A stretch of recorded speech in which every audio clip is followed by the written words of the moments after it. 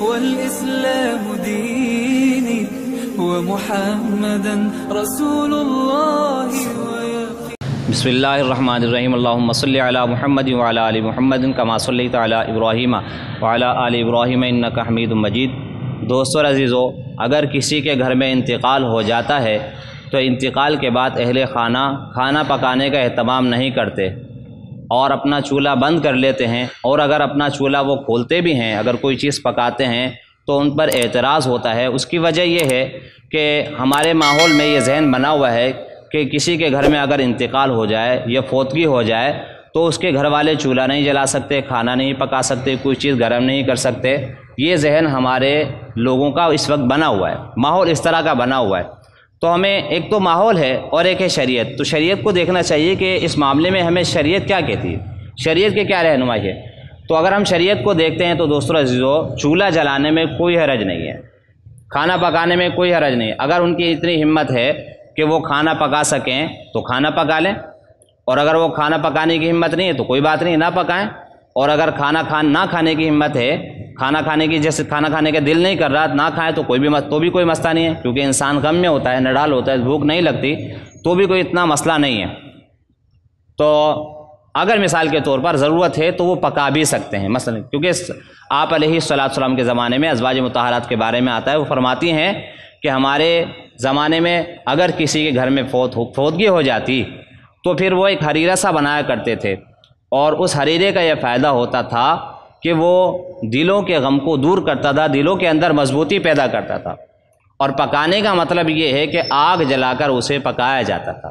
تو آگ بھی جلائی جاتی تھی، پکایا بھی جاتا تھا۔ دوستو عزیزو، تو اس سے پتہ چلا کہ اگر اہل خانہ گھر میں کھانا پکانے کا اہتمام کرنا چاہیں تو کر سکتے ہیں، کوئی گناہ کی بات نہیں ہے، اور اگر نہ کریں تو بھی کوئی گناہ کی بات نہیں ہے۔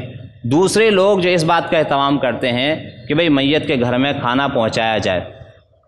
تاکہ اہل خانہ بھوکے نہ رہیں،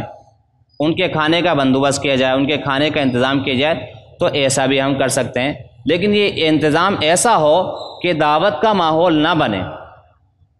اب میت کا جو گھر ہے وہ وہاں غم کا ماحول ہوتا ہے، اس غم کے ماحول کو برقرار رکھیں تاکہ عبرت حاصل ہو۔ اگر کوئی تعزیت کرنے کے لیے آئے تو اسے عبرت حاصل ہو اور آخرت کی تیاری کا شوق پیدا ہو جائے۔ ایسا نہ ہو کہ جب وہ آئے تو اسے دعوت کا ماحول ملے، دسترخوان لگا ہوا ہے اور دسترخوان پر بریانی رکھی ہوئی ہے یا قورمہ روٹی رکھا ہوا ہے، اور ایک عجیب ماحول بنا ہوا ہے، غم کا ماحول بالکل ختم ہو گیا۔ تو جب غم کا ماحول ختم ہو جائے گا تو وہ کیا عبرت لے گا؟ بالکل عبرت حاصل نہیں ہوگی۔ آج کل یہ ہوتا ہے دوستو عزیزو کہ اگر کسی گھر میں میت ہو جاتی ہے تو دوسرے لوگ اس بات کا اہتمام کرتے ہیں کہ ان کو کھانا بنا کر دیتے ہیں، اور وافر مقدار میں کھانا بنواتے ہیں۔ کیوں وافر مقدار میں بنواتے ہیں؟ کہ تاکہ سب کھا لیں اور میت کو ثواب مل جائے، سب لوگ کھا لیں، کوئی بغیر کھائے نہ جائے۔ جذبہ تو اچھا ہے، لیکن اس میں یہ دیکھنا چاہیے کہ ہمارا یہ جو جذبہ ہے اس سے ماحول پر کیا اثر پڑ رہا ہے۔ ہر دیکھنے والا یہی سمجھ رہا ہے کہ بھئی اگر کسی گھر میں انتقال ہو جائے گا اور اس کو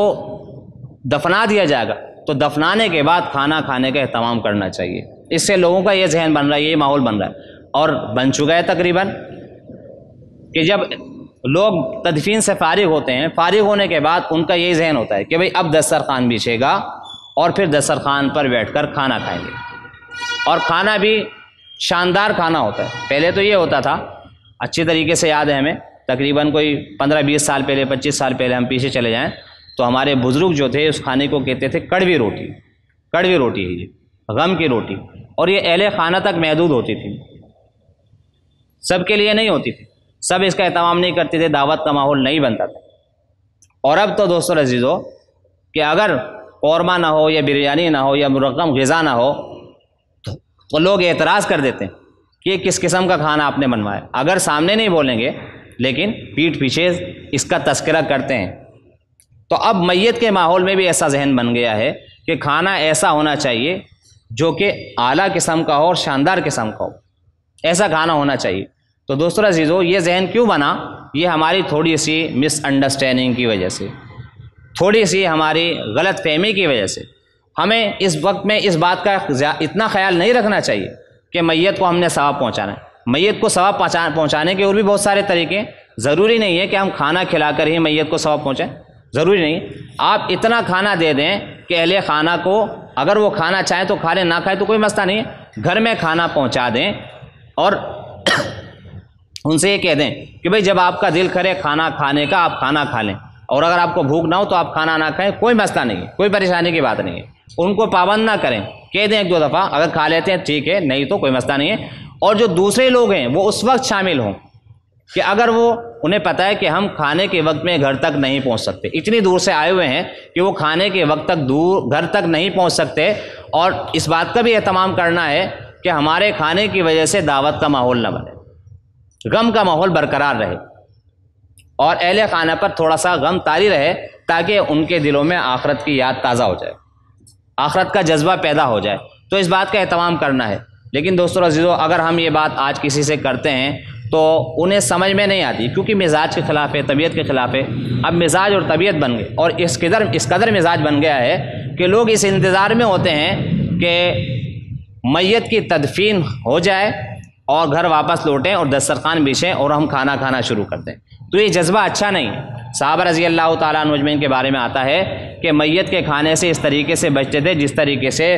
مشتبہ کھانے سے اور مشتبہ چیزوں سے بچا کرتے تھے۔ صحابہ رضی اللہ تعالیٰ عنہ اجمعین کے یہ معمول رہا ہے۔ تو جس انداز سے ہمارے یہاں میت کا کھانا چل رہا ہے یہ کراہت والا انداز ہے، اور اگر اس کو لازمی کر لیا جائے گا، اس کا اہتمام اسی طریقے سے ہوتا رہے گا جس طریقے سے ہو رہا ہے، تو اس کراہت میں اضافہ ہوتا رہے گا، حتیٰ کہ آگے چل کر کہیں ایسا نہ ہو کہ یہ مستقل بدعت بن جائے، اسے دین کا حصہ سمجھ لیا جائے۔ جب ایسی چیز کو دین کا حصہ سمجھا جائے گا جس کا تعلق دین سے نہیں ہے، تو دوستو عزیزو اسے بدعت کہا جاتا ہے، پھر یہ بدعت بن جاتی ہے۔ کہیں ایسا نہ ہو کہ ہم لوگ اس میں مبتلا ہو جائیں، اس سے پہلے ہم اس بات کی فکر کر لیں، کھانا دینا ہے تو ایسے طریقے سے دیں کہ دعوت کا ماحول نہ بنے، اور ضرورت مند کو دیں، جس کو ضرورت نہیں ہے وہ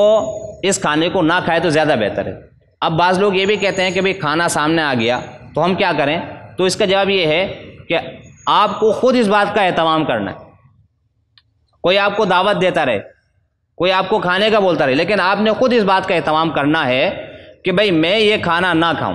آپ نے اس کھانے سے بچنا ہے۔ جتنا ہر آدمی اگر یہ سوچ لے گا کہ بھئی میں نے اس کھانے سے بچنا ہے اور میں گھر جا کر کھانا کھا سکتا ہوں، میرا گھر قریب ہے، تو دعوت کا ماحول بھی نہیں بنے گا، غم کا ماحول برقرار رہے گا، آخرت کی یاد تازہ رہے گی۔ وآخر دعوانا الحمدللہ رب العالمین۔